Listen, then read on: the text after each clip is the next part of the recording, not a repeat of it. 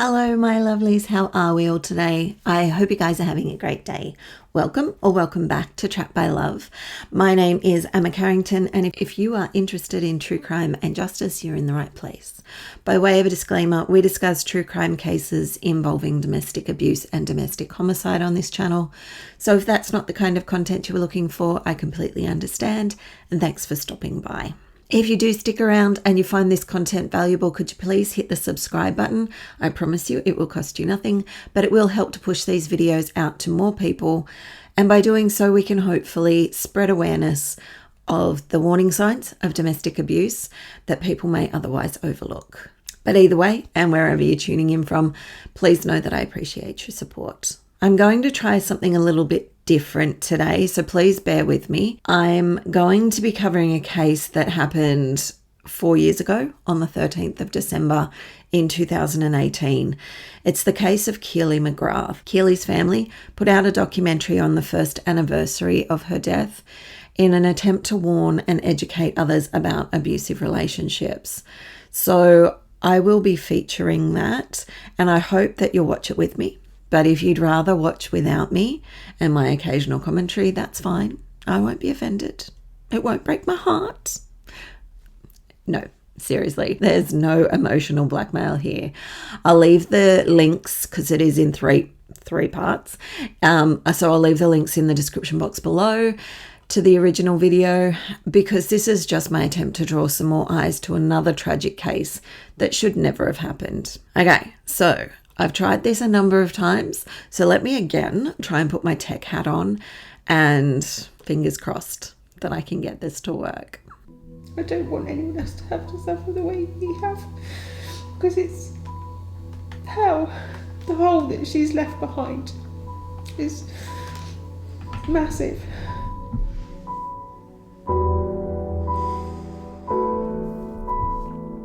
One year ago today, mother of five, Keely McGrath was murdered by her partner, Anthony Davis.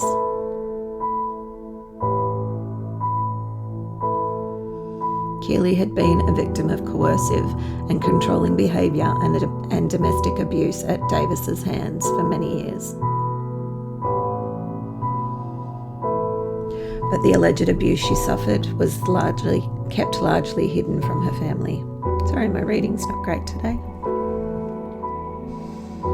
Keely's parents, Martin and Claire, have now come forward in the hope that by raising awareness of what happened, lives could be saved.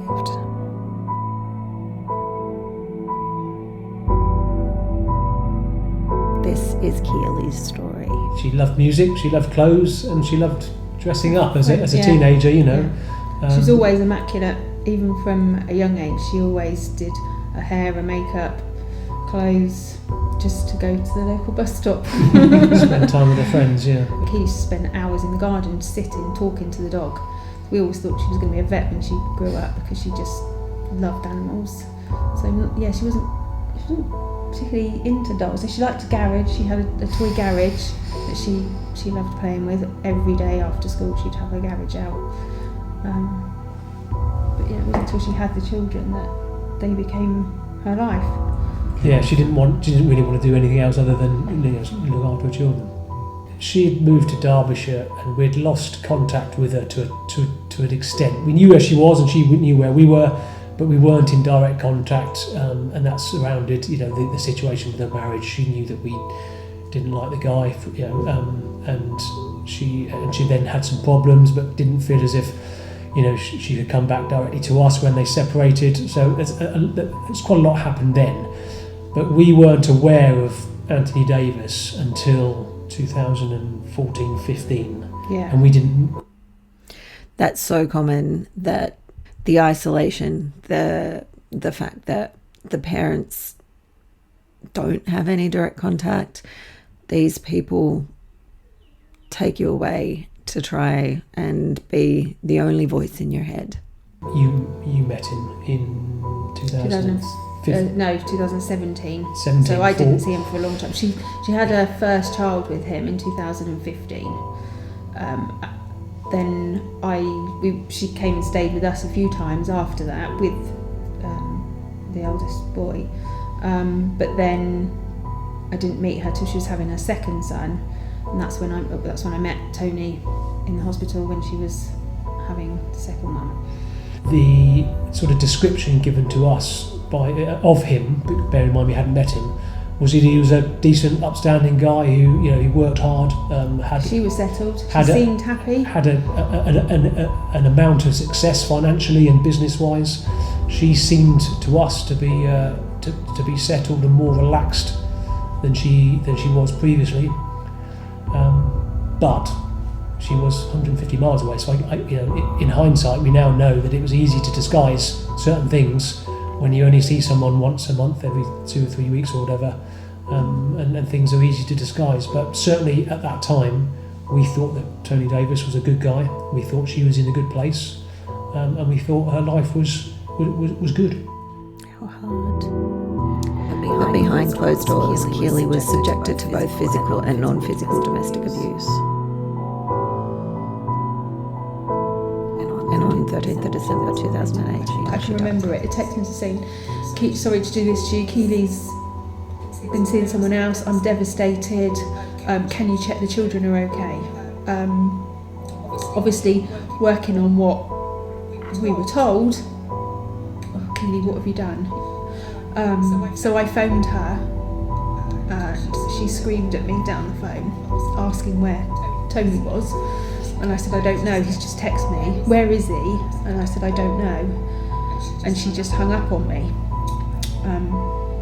I never spoke to her again. I messaged him and said, "Keely wants to know where you are. Look, are the children okay? Just, I can't deal with this." Yeah, you said you can't deal with this. So he stopped messaging me and then started messaging you, didn't he? So I then sent Tony a couple of messages on text, but something along the lines of, we know that you've having a bit of a problem, having some problems. We know that you've been arguing, but please just make sure the children are fine, and if there's anything we can do to help, then let us know. And there was 2 or 3 messages along those lines between me and him, and each time he responded with, "Yeah, the children are fine, they'll be okay, we'll work this out." Nothing more was said. So between that last message and then just gone midday, I got a phone call. I knew that I was being set up for some bad news because he asked me, was I alone, was I driving? So straight away that I knew I was being set up for some bad news. But even then, I thought the bad news, in the split second that we were having this conversation, I was thinking, right, they split up. That is the bad news. Either he's kicked her out or Keely's left him.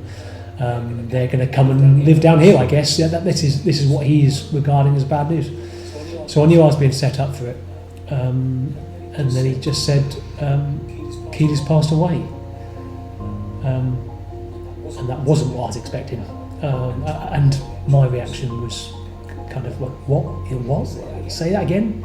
And he said, "She's died." And again, my reaction was confused again. That was, what do you mean? And then he said quite forcefully, I remember this quite distinctly, he said forcefully, "She's dead."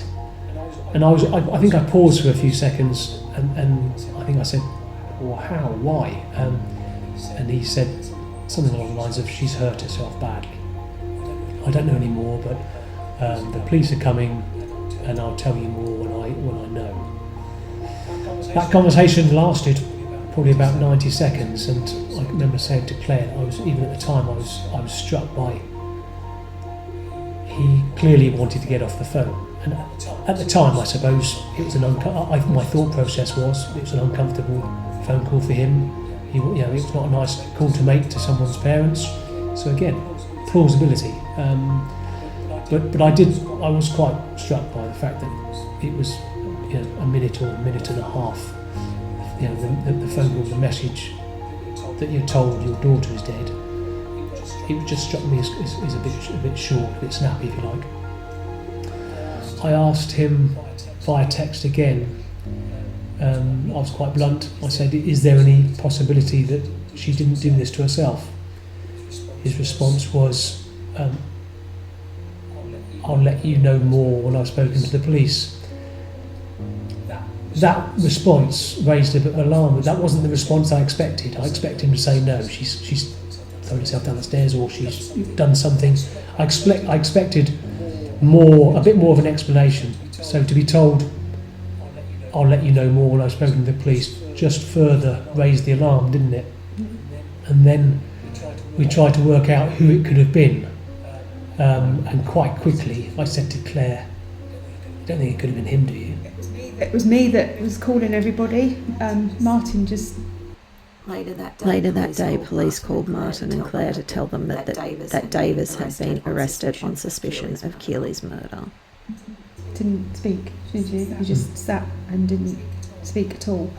I called Alex, who also lives about 100 miles away.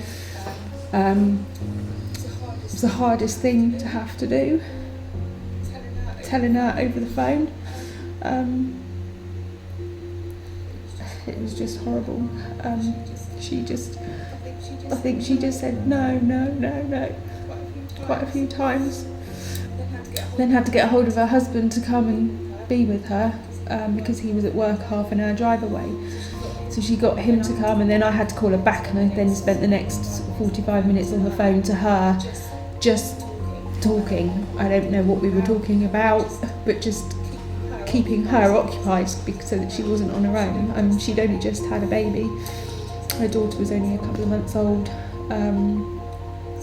So just trying to keep her occupied until her husband arrived. And it's amazing, we go through these cases, and as much as you can say you feel for the family and everyone involved, you don't really think about the minute-to-minute impact that from that first call these things have. And it's just the anguish and the heartache when compared to the sentences that these people receive for the crimes they commit. It doesn't mesh. It doesn't. The fallout is astronomical, and the punishment is minuscule.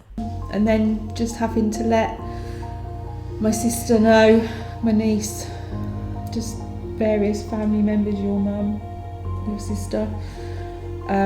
My mum is 93, and I had to go and tell her that evening. I thought, I'm gonna kill her as well, because she's 93. Keely was everything to her, and telling her that, I thought, this is just going to be the worst day for everybody anyway, let alone potentially my mum going as well. And no family should have to go through what we've been through. I don't want anyone else to have to suffer the way we have, because it's hell. The hole that she's left behind is massive. These poor parents just really didn't have any idea about what their daughter was living through, and it's so common. The police came to talk to us and get statements, and because the children were in the house at the time that Keely died, they needed the clothes that the children had on, so they had to take their clothes off of them while they were in bed for forensics. And I think that's one of the hardest things, the realisation that this did happen.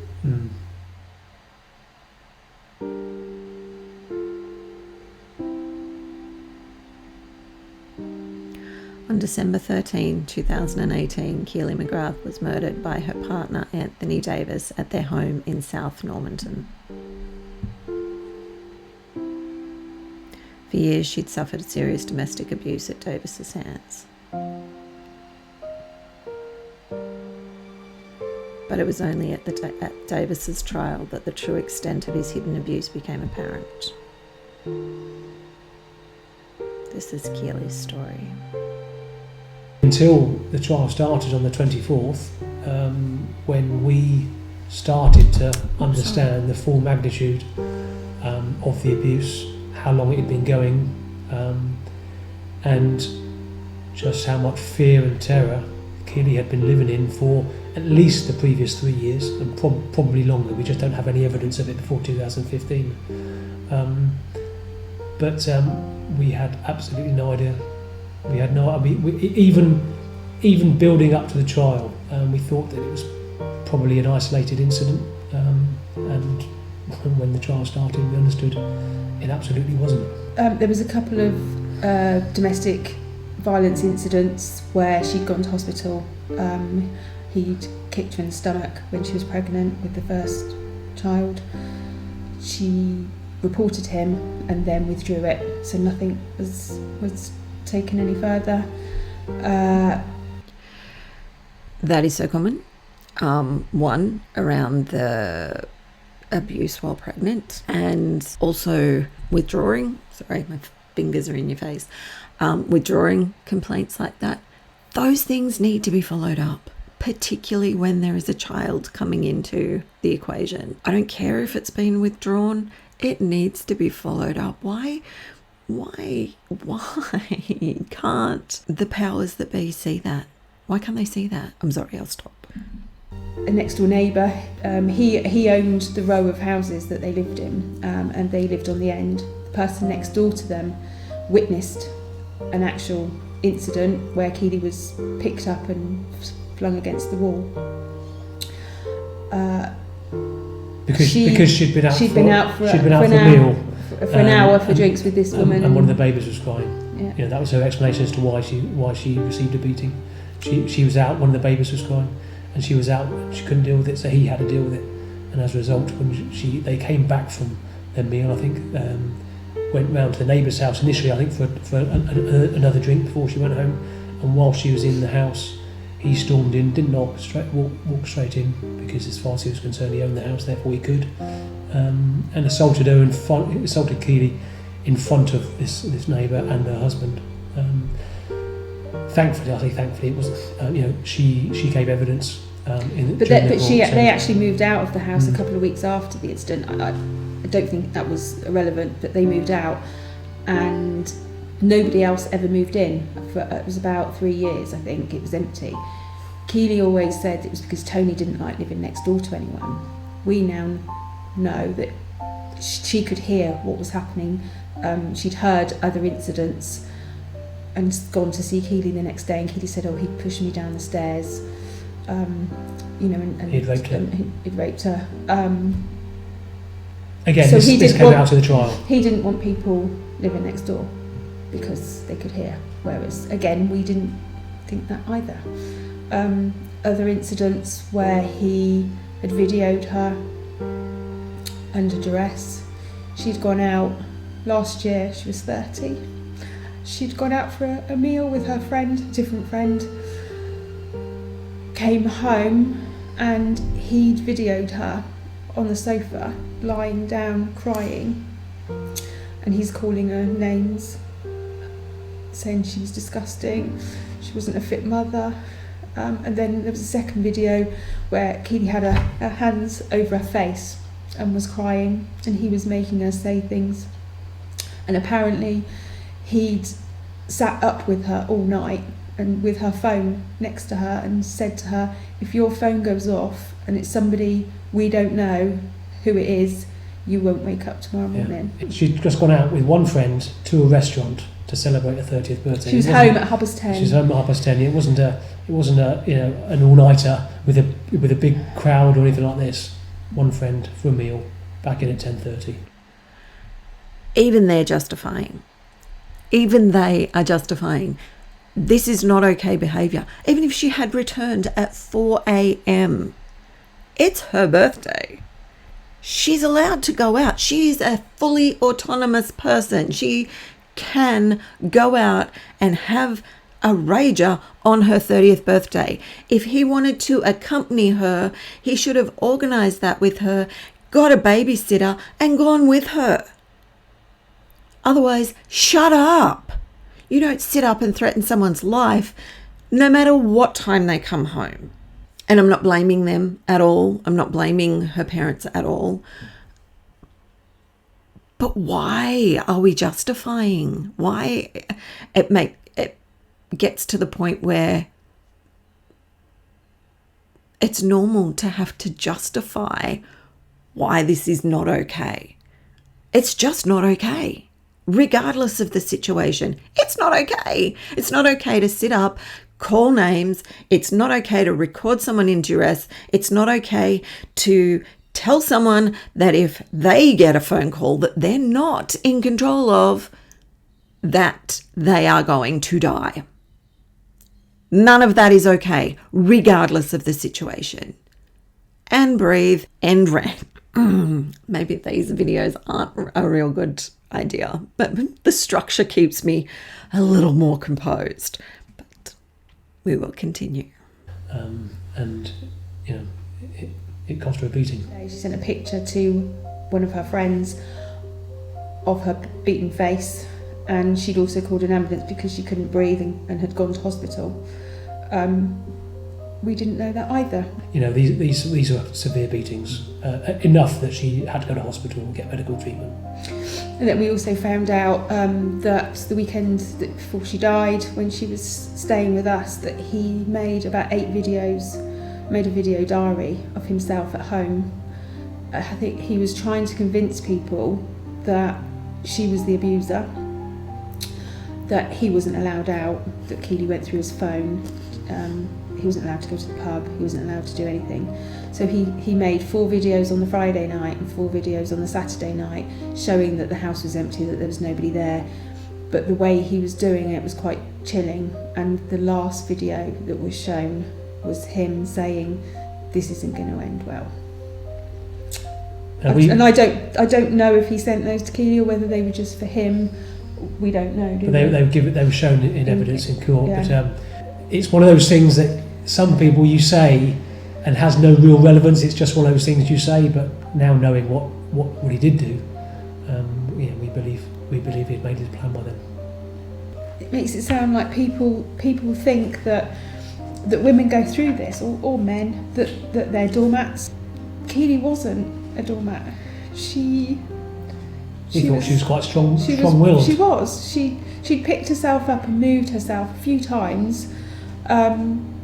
She stood up for herself.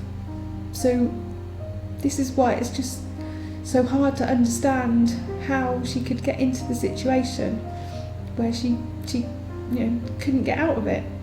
In his attempt to paint us as bad parents, you've given evidence that we had told him, Claire specifically, had told him that we'd never allow Keely to come back and live with us again. She was with him now, that she had had a family with him, and as far as we were concerned, she could never come and live home. Now that conversation never happened, but he probably told Keely that. And so when we ask ourselves why she never told us, why didn't she come to us for help, that's one possible explanation. He'd probably told her that Claire had said that we'd never allow her to come home. That was probably part of the manipulation and the managing of the situation. We'd never told him anything like that, and she certainly could have come home had we had any idea that this was going on.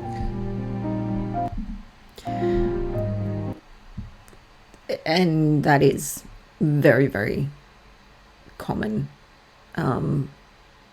whether it's turning the family against the partner, sending messages saying so-and-so is doing this, they're doing that, like he had before, saying that she was seeing someone else, and check the children. They're instantly thinking, oh goodness, what have you done, about their own child. And so there's that seed planted. And then on the other side, he's saying to her, your parents don't care about you. They don't want you to come home and all of that. So it works both ways, and it is only to benefit the abuser, which is so sad. After Anthony Davis was arrested, Martin and Claire travelled to Derbyshire to collect Keely's 3 youngest children.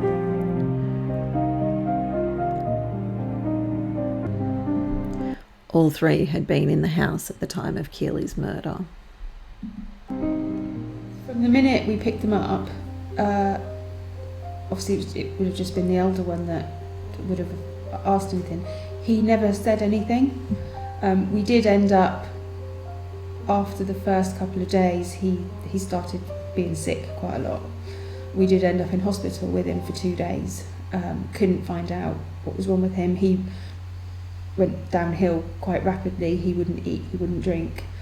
He looked really poorly. And as soon as he came back here, he perked up and was absolutely fine. But he had said he'd heard the Hulk in our house, and that the Hulk was somebody. I said to him that the Hulk isn't in the house, and he said yes, he's in the house. That would have been 2 days after Keely died, and then he was automatically sick. So he obviously suffered from some sort of trauma. They were in their own home the night that Keely was murdered. The next night they went to sleep on the sofa in their family friend's house, but woke up in our house.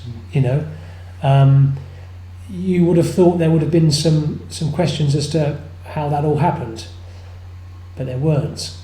And we suspect that even for children so young, they subconsciously were aware that something had happened that meant, which whilst they didn't necessarily understand what had happened, they understood something had happened that meant that they were now at their grandma and pop's house.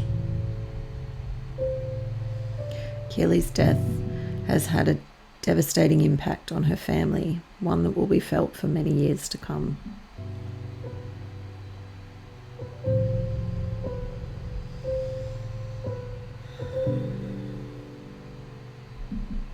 But Martin and Claire believe the reverberations of domestic abuse will impact many more people.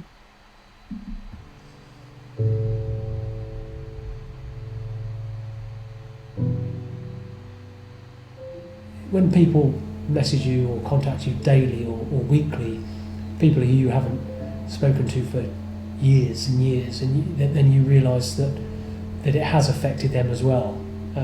So yes, the 5 children are the most important victims behind Keely, of course. Then perhaps us and Keely's sister, but there are dozens and dozens of people who have been affected by this, and are struggling themselves. It's not just us. There are lots of people. As a parent, and more specifically as a father to a daughter, you feel your one role is to protect your children.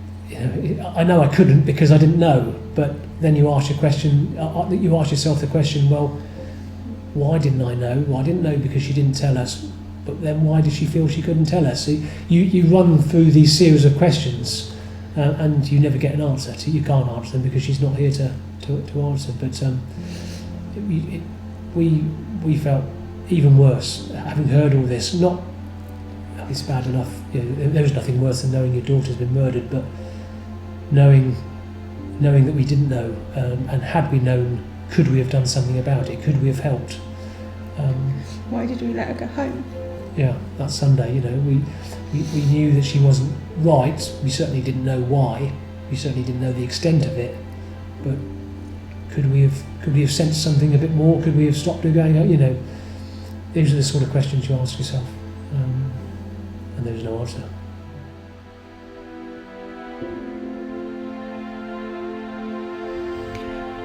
Just heartbreaking. Imagine living with that. Just day after day. Also, I'm sorry if I pronounced Derbyshire incorrectly. As you know, I'm on the other side of the world. Derbyshire. I get picked up on my pronunciation. I'm an Aussie. Things get pretty basic down here, so apologies. Yeah, like I said before, the fallout is astronomical. It is enormous, and the ripple effect, and yet no one's learning from it. Like, there are so many massive cases, even in Australia. I mean, things like Rosie Batty with Luke's murder, and Hannah Clark, and each one of these things sparks a discussion. It sparks this vigor in Parliament to say, no, we won't stand for this anymore, and yet nothing changes. It's still happening, and no one gets to the bottom of it, and no one's putting anything directly impactful in place. It's all band-aids at the ends of the problem, and these things just keep happening. This is the third chapter. It is the last segment, so bear with me. I would have said before, a year ago, if I said, you need to sort this out and find a way out, I'd be overreacting if I said you could die. I'm going to stop it there. I know we're only 2 seconds in. 12 it says. But that is so true. And even within a relationship like this, you think, it's such an overreaction. It's not going to happen to me. I know this person. There's no way that this would happen to me, or my child, or my son, or my daughter, or whoever it is. That's an overreaction. Like, come on, be realistic. This isn't going to happen. But it happens, and it happens more often than we are told. So we really need to be aware. We need to be aware, and we need to be aware of what the outcome realistically could be. And realistically, it could be death, and quite often is, which is a sad but very, very true fact. And education, I believe, is really the only way to bring the scales into balance. If people know that what they're doing is wrong and abusive, they might hold themselves accountable. If people are being abused and they can recognize it, they can get out faster, or they can seek the assistance that they need more readily. And it doesn't get to the point where everything's out of control and nobody can help anybody. Education's key, as far as I'm concerned. And it needs to be in every school, everywhere. I understand fully where Claire's coming from, and that's heartbreaking. It is so heartbreaking. So I don't overreact, but it's not an overreaction. Unfortunately, it is way, way too common. But we know that can happen.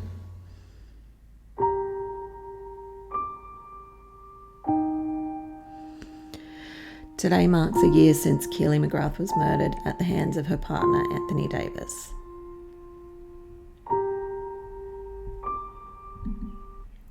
It doesn't. It was actually the 13th of December, as I stated earlier. Davis was found guilty of murder by a Crown Court jury and jailed for life, with a minimum of 24 years to be served behind bars.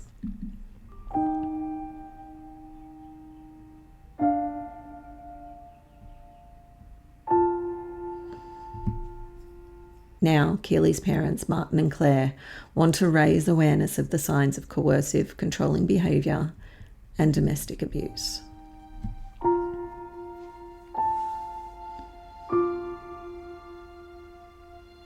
By encouraging people to look out for family and friends and to seek help if they're in a similar situation, they hope that lives could be saved. That's what we're here for too, aren't we, friends?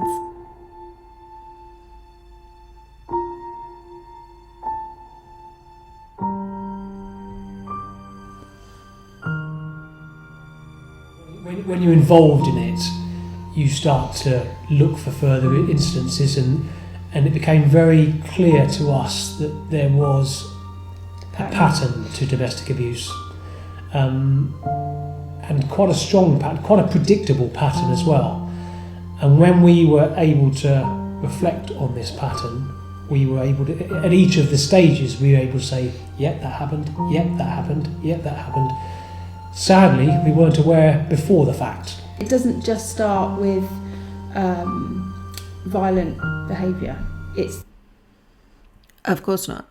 Imagine going on a first date and instead of a kiss goodnight, you got a punch in the face. You're not going on a second date.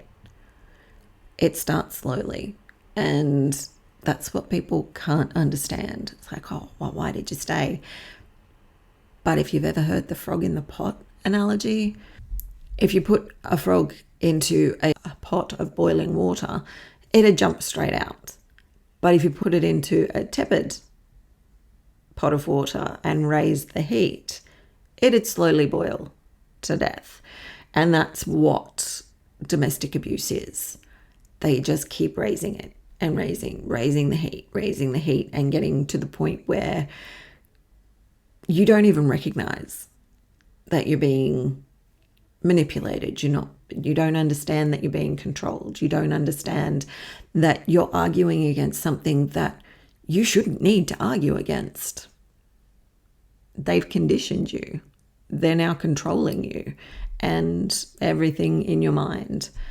So that is so completely true. It doesn't start physical. Sometimes it does, and people are immediately stuck.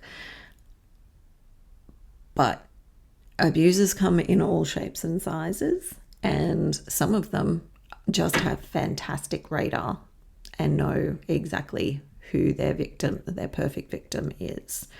So the coercive behaviour, that's a start where you don't even see it coming. You think that someone cares about you because they're telling you, actually, that colour doesn't look right on you, so okay, I won't wear that. And then it gradually becomes more and more until you're completely sucked in. So the violence doesn't necessarily start from the beginning. It just builds and builds until they've got control of you. And I guess then you don't think for yourself. I guess you know that it's happening, but by then it's too late. On the one hand, it's frightening how predictable it is, but on the other hand, that predictability gives you a bit of hope, because if it's that predictable, then we should be able to do something about it. Should be able to. And not in time for Keely and many others, sadly. But again, yes, should be able to. But everybody has to be on the lookout for it, and everybody has to be in a position where they feel safe to call it out. Well, not safe. Everybody needs to be aware enough and confident enough in their knowledge of it to be able to call it out when they see it, and really pull people up on it and say, hang about, this is not okay. What you're doing isn't all right. But that takes education, and it takes and building those muscles of, hang about, that's not all right. And rocking the boat, because we've been taught to be so passive for so long, to go along to get along, and don't make waves, and don't upset anybody. The world is taking offense to everything these days except domestic violence. I mean, sure, there are a few, but majority of the time it's just like, yeah, that's terrible, that's sad, that's horrible, and we move on. What are we going to do about it? I don't understand. Again, we don't know whether it's because we are now exposed to it, but we get the feeling that there is a tide that's turning. Now, maybe it's only turning to us because we are more aware and more relevant. We are more we're looking for it, but we also get the impression that actually more of the average person on the street is becoming more aware as well. You certainly hope that's the case, but I guess we're not the best judge of that because we are exposed to it already. But we hope that more people are becoming more aware, and if they can be aware of the little signs that we missed. They won't always be domestic abuse, but sometimes, and sadly too often, they are. So if more people can be aware of those little signs and maybe just ask the question if they see one or more of them, then maybe somebody's lives could be saved. You don't think it's going to end up with death. We certainly didn't. And now I think you probably, if you knew, you just say, oh, it'll be okay, or it's just this, it's just that.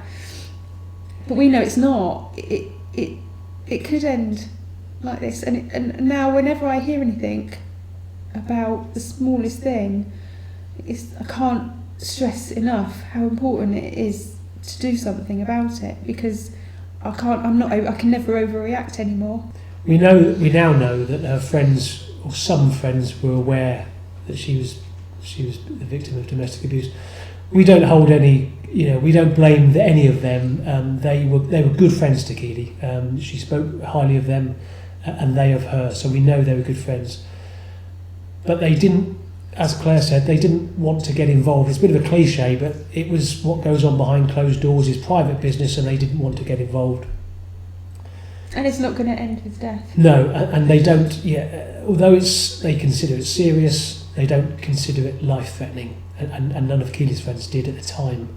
There was one example actually when one of them, they did talk about the fact that he's going to end up killing you. Whether that was said flippantly or whether they actually believed it, we're not. And I'm going to stop here again. And even if there's no physical violence, studies have shown that a lot of times with coercive control, the first act of violence is homicide. That is so frightening, so frightening. The fact that you can be going along thinking that, okay, well, so he won't let me wear this, or he won't let me go out with these people, or I'm not allowed to talk to my mum, or whatever it is, these little controlling tactics. You don't know whether that first moment that he puts his hands on you or she puts her hands on you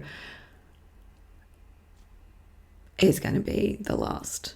It is very, very often the first act of physical violence is that of homicide in a relationship of coercive control. So physical violence is not the indicator of whether or not this is going to be a deadly situation. Certainly that ups the ante drastically because they've breached that line, but coercive control is just as dangerous and leads to really bad outcomes. So there is no okay abuse. Not really sure, but it was said. She said, if you don't leave, he'll end up killing you. And Keely said, if I leave, he'll kill me anyway. Another true fact. But our message to people who do know is not to sit on it. I mean, just off. It's difficult to offer what the advice should be, but if those friends and family did genuinely suspect that it could end up with a death, then they would probably likely act differently.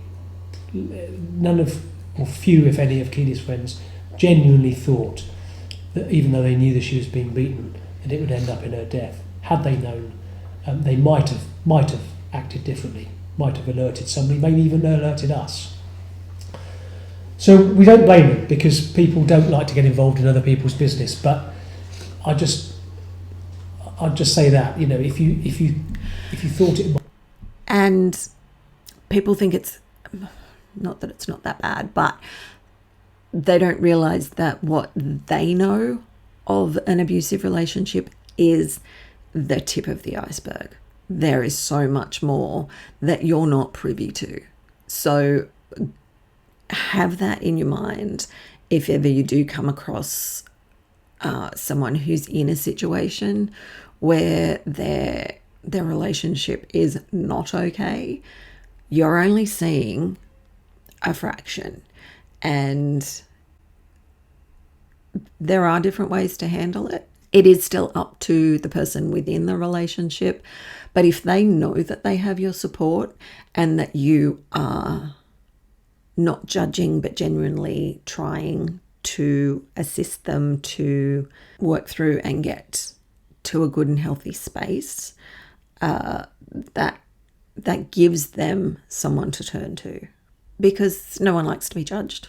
And this person is already being told what to do, how to do it, and that they're not good enough at home. More than likely, they are. That is a pretty big trio of what goes into abuse. So if you come at them with, you need to, you're being ridiculous, you have to, those sorts of conversation starters are going to get shut down and blocked pretty much immediately. They already have no control over their life at home. They need you to help facilitate and build them up to be able to walk away. They don't need you to do it for them. You don't need to think for them. You don't need to berate them. They're already kicking themselves, trust me. What will help is to be a support without judgment and just allow them to come to their own decisions themselves, because they're not stupid. They know that their relationship's not good. They're not weak. They just need a little bit of building up and to know that they have your support. So maybe pointing out what you're noticing without judgment on them or even on the perpetrator, because they will come to their defense. The victim will come to their defense, which can be mighty frustrating. Really, really frustrating. Try not to judge. It's a hard one. That was a ramble. You might end up in someone's death. You might want to get involved. And when I say get involved, you can get involved in a whole lot of different ways. You know, you can just be there to speak for the victim to speak to. You can alert the victim's family. You know, like we could have been alerted. We will never know what might have happened had we been alerted or had other people been alerted. But it certainly couldn't have been any worse than it's ended up being. We don't blame anyone. We don't blame her. There's only one person who's to blame for Keely's death, and it's not her friends. But just be aware that two women per week in the UK die as a result of domestic violence. So it's not as isolated as you might think. It's not as isolated as we thought. It really can be a life and death. With Christmas just around the corner, Martin and Claire know that many families will be coming together again to celebrate.